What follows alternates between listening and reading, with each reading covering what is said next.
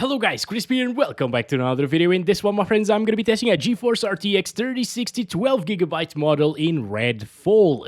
This one is the Afox model of the card. We are running it with the latest Nvidia drivers as usual, and I'm not manually overclocking it. You can see all of its specs right here in Tech Power Ups GPU Z. Resizable bar is also enabled. We got the 12 gigs right there. And over on the left, we're pairing it with the Ryzen 750 800X3D and 32GB of RAM DDR4 3600MHz CL14.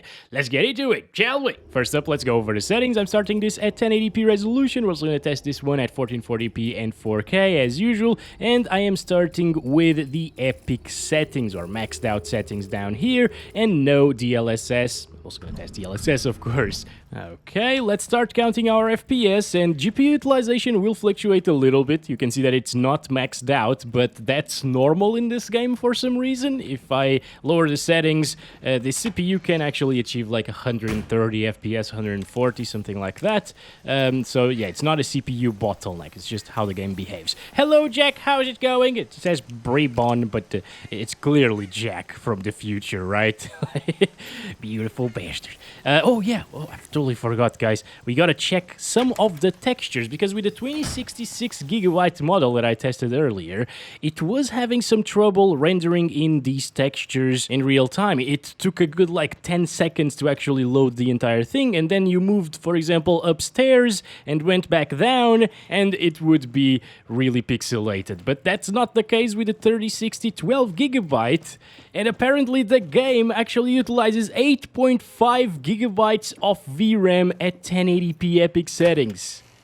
That's really surprising, because with the 2066GB, the game wasn't using all of the VRAM. It was usually between like 4.5 and 5.5GB of usage, not even reaching like 5.6 or 5.8. Oh boy, it's going up almost at 9GB. But the thing is, it still stutters. Even with the 12GB of VRAM, this game, whenever it needs to render in some new things, do not hit my Jack, you freaking bastard. Ah, boy, there we go.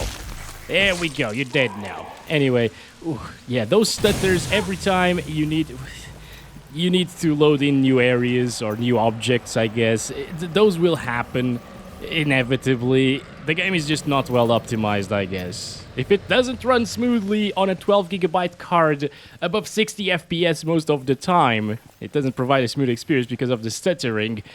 It's not well optimized. That's what people are complaining about in the reviews of this game as well. It's sitting at like mostly negative right now with 25% positive reviews. Yeah, look at it. It's just terrible. This guy just showed up out of nowhere, and it had a huge stutter because of it. Alright, there we go. Kill the guy. It's not so much like the FPS fluctuating a lot in this open world. It's just that the stutters are super annoying and they're not gonna go anywhere. Like if I do the exact same thing all over again, if I die and go to the safe house, those stutters will show up at exactly the same place again, loading things all over again. It's really bad, guys. Alright, can we actually punch one of these vampires to death? This is more effective. This is more effective than the guns. Like, usually I spend like 4 or 5 bullets on the shotgun. I don't have ammo now on this one. To kill one of the vampires, and a lot of bullets on the pistol. And apparently they die with a couple of punches to their backs or butts.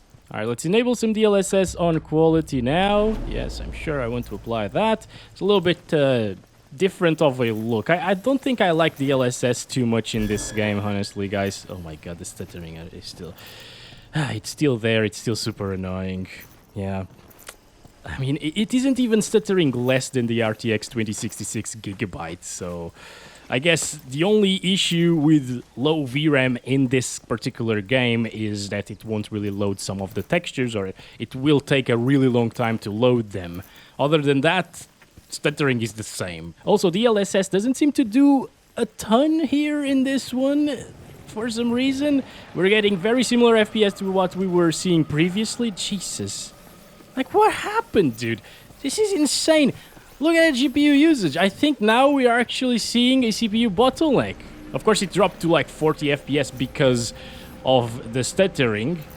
But for some reason, right here, looking in this direction, it drops to 60 FPS with a 5800X3D. The CPU is the bottleneck.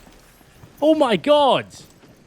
Do developers think that everybody is just playing with the latest i9 CPU to achieve 60 plus? Like, how is this even acceptable? And they actually recommend the i7-9700K, I think, as a... Oh, yeah, I forgot. We should just punch them in the back. Yep. You know what? I'm just gonna leave. I actually saw a review on Steam of a guy playing this game with the RTX 2080 and an i9-9900K CPU. And he was saying that he couldn't achieve 60 plus FPS. It's probably a CPU bottleneck, you know, because 9900K is a little bit slower than the 5800X3D. I mean, if a 5800X3D can't hold 60 plus all of the time, 100%, there are not many CPUs that can. Well, for 1440p, I'm gonna turn things down a notch, play on high settings, alright, no upscaling. Okay, here we go, everything is applied after a restart of the game. And things are looking alright for the little RTX 3060. It's getting around 70 frames per second, 60-70. That will drop inevitably. As you saw, there are much more intensive areas than this one. But, you know, it is not horrible. Especially if you enable some DLSS, it should be capable of achieving 60 plus all of the time. 69 on average for a second there, guys. I don't think we can get that, especially with all of this stuttering. VRAM usage is around the same as it was before as well, by the way. 8 to 9 gigabytes most of the time.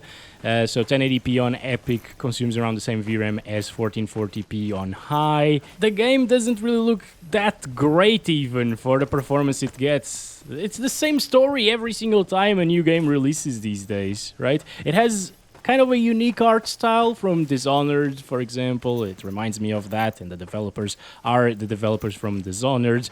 But yeah, it should have looked better for the performance it's getting right here. Now it's dropping into the 50s. Again, this is not a CPU bottleneck right here, clearly. It's just that we are in a more vegetated area. And it is dropping the FPS from 60 a little bit. So you can expect like 50 plus most of the time, with some drops because of stuttering, I guess. So let's try DLSS on quality and see how much that improves things. So we were seeing 55 FPS around here, now we're seeing 60 plus. So DLSS definitely saves it a little bit here in this area, but the thing about DLSS in this game, at least on the RTX 30 series and 20 series, it blinks a lot in vegetation. It's exactly the same thing that happens in Fortnite these days. They updated that game as well, and whenever you enable DLSS now in Fortnite, it gives exactly the same visual bug here, like the blinking stuff. I don't like that. I find it a little bit distracting, but you know, to play at 1440p, you actually do need DLSS to achieve 60 plus FPS. It could perform pretty well. If it wasn't for the stutters, I would say it does perform well, you know, in terms of averages. But with all of that stuttering, I can't say it performs well. It's terrible. It's just terrible in that regard. Look at that. Once again, dropping like crazy here. Well, at least it gets 60 plus most of the time using DLSS, and it looks good. Now this, I wasn't really expecting 50-something frames per second at the 4K resolution with DLSS quality enabled. I mean, if you're playing at 4K, you should leave DLSS enabled. Come on, can I disable it? Thank you. The menus are so weird as well sometimes to navigate. Actually, I would say that DLSS at 4K looks better, again, aside from the flickering issues, than native resolution, because native is slightly soft here. Yeah, not as soft as something like Hogwarts Legacy, for example, or Dead Island 2, but it is a little bit soft, for sure. I'm surprised that it's getting 30 plus FPS at 4K native resolution here. Of course, it will drop in some other areas. We've been to a more intensive area already. It would definitely drop from 30 FPS there. But I mean, I'm still impressed. I thought we'd need to play this at like low settings in 4K to get a decent experience out of it. As you can see on high, it is utilizing 10 gigabytes of VRAM, so it's still not maxing out the 12 gigs on this card, which is great. Again, I just really hope they fix the stuttering. Actually, the best thing would be not releasing the game on this state, obviously, right? I'm gonna select balanced DLSS this time around, since quality didn't get to 60 plus. Balanced still doesn't get us that, but over here it's a little bit more intensive and it's getting 50s. It's playable, actually. VRAM went down by a little bit because, again, the DLSS renders a lower resolution, so it makes sense that it uses a little bit less VRAM. But that stuttering is still there. Maybe it's the 5800X3D. I don't even know what to think anymore. Next time I will test the i5 13600K overclocked with the RTX 4080, okay? If that stutters, we know the game has some serious issues. Now we're much closer to 60 FPS on performance DLSS, and surprisingly, it's looking super similar. Maybe still slightly sharper using performance DLSS than native resolution in this game. That's how soft it was at native res, guys. It has a little bit of a weirder look to it, maybe even over-sharpened look, but at the same time, a little bit more pixelated than native resolution. But yeah, this is definitely the way to go if you're playing at 4K. I mean, I wouldn't go down to medium settings because then it starts looking bad. You get the resolution, but you don't get the benefits of good graphics. And, you know, the game on high already doesn't really look that impressive, does it? Whoa, whoa, whoa, whoa, whoa, whoa, whoa, whoa, whoa! What is happening? What do you want? What? No, no! Let me see that ass! Let me... No! Get over here! Oh, there we go. Oh, we made it. Didn't even need to hit her in the butt this time around. Okay. All the bands are dead. Interesting, interesting. Anyway, as I was saying, if you're looking for that 4K experience, you're probably going to be fine with 60 FPS, at least I would, with the RTX 3060. Still, I don't recommend you to buy the game in its current state, because it stutters too much, but if it wasn't for the stuttering, it would have been a decent experience, dropping into like the mid-50s at times, at the worst, basically.